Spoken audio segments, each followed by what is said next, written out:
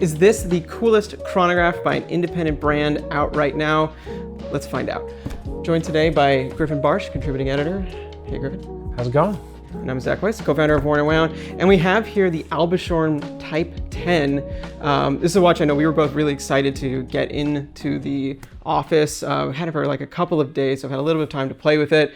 Albishorn, can you tell us just about Albishorn? Let's just start there. Yeah, so Albishorn is a new brand, young brand. I mean, new at this point is about a little over a year old, but their premise is they're fictional imagined watches. So they're vintage inspired watches inspired by watches that never existed. It's an interesting premise because in some ways it's what any brand that's sort of riffing on vintage has been doing, but like they're really contextualizing off of specific references. So like Type 10, literally supposed to be the predecessor to the Type 20, you know, the iconic mid-century military pilot's chronograph, famously Brigade, O'Dane, brands like that. And so this is like what might have come before. Yeah. And so it's not just design though that kind of makes these special. There is a special movement going on here, a proprietary movement. And the founder of the brand, Sebastian, is the head of innovation and marketing at Sellita. So pretty familiar with movements, I would say.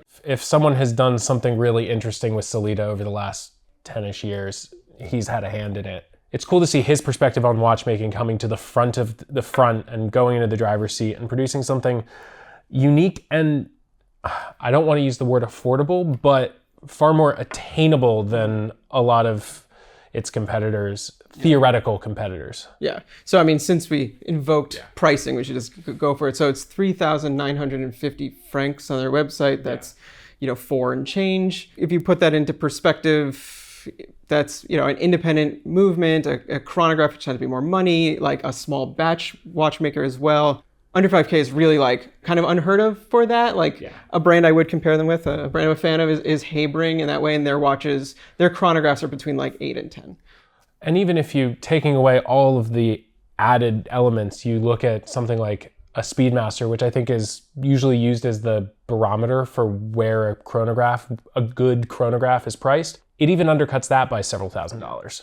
But that's a good example because the Speedmaster for like a luxury chronograph really is like the entry point, you know, which is crazy because they're around 7K now, but it is like the standard and frankly might be better than things that are a few $1,000s more. So, but in terms of what this actually does, so it is a mono pusher chronograph. You have the single pusher here, this anodized red button, which is super cool. It's wound by the crown here up at 11.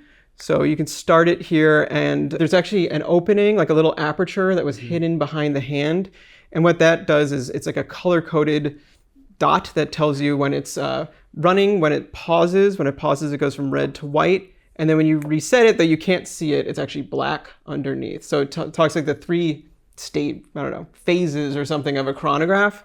And then you have this like very strange layout with the subdials down at 4 and 7.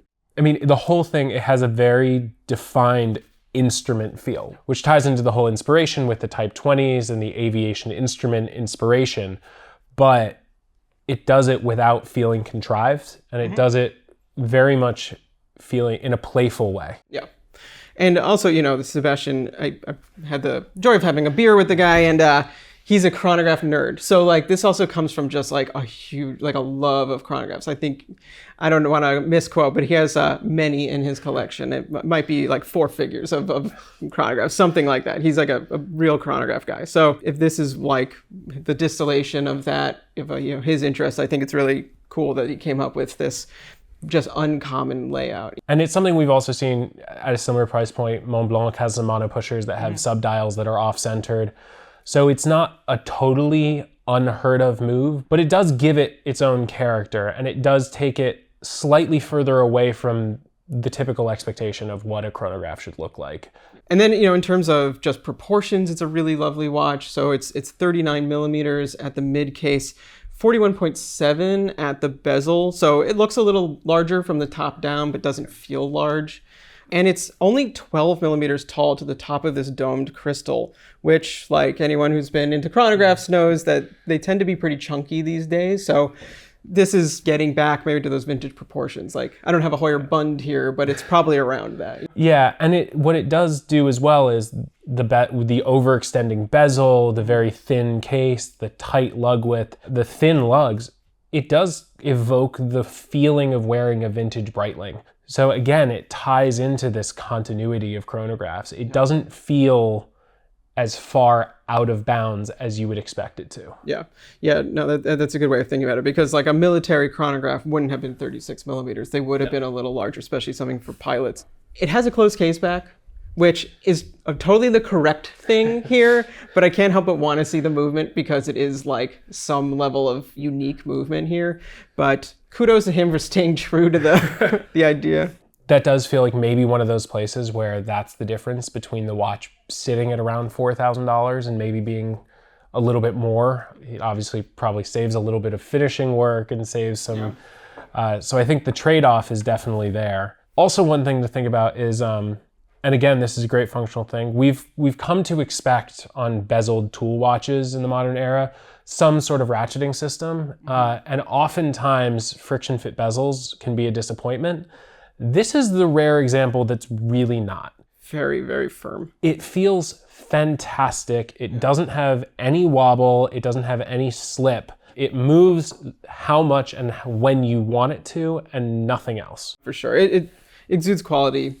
I think it's always worth maybe like thinking a little bit about the competition in this space for these kinds of things. And to me, this sits right with like Hanhart and Sin, and you mentioned Mont Blanc, brands with like really great heritage, especially the tool watch brands. But it really has just such a unique flavor that makes it stand apart. And also, I mean, I once again compare it back to Habering and being like half of that price is also, it's always great to have a value proposition when there is one to be had.